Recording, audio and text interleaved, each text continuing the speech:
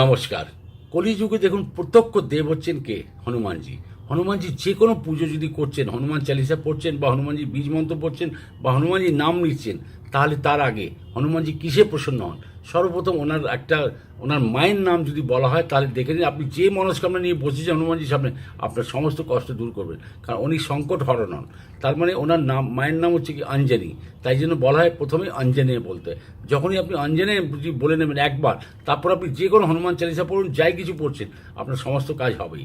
তাহলে কি হচ্ছে, অঞ্জনে প্রথমে বলে নিন যে কোনো পাঠ করার, কিন্তু ওনার বীজ মন্ত্র একটা আছে, যে বীজ মন্ত্রটা যে আমি বলছি সেটাকে তারপরে আপনি করুন 108 বার। দেখুন একটা বীজ মন্ত্র ভীষণ পাওয়ার থাকে, ওর মধ্যে প্রচুর শক্তি থাকে। বীজ মন্ত্রটা হচ্ছে ওম হাং হনুমতে নামা। আগে বলবেন অঞ্জনে, তারপর হোম হাং হনুমতে নামা।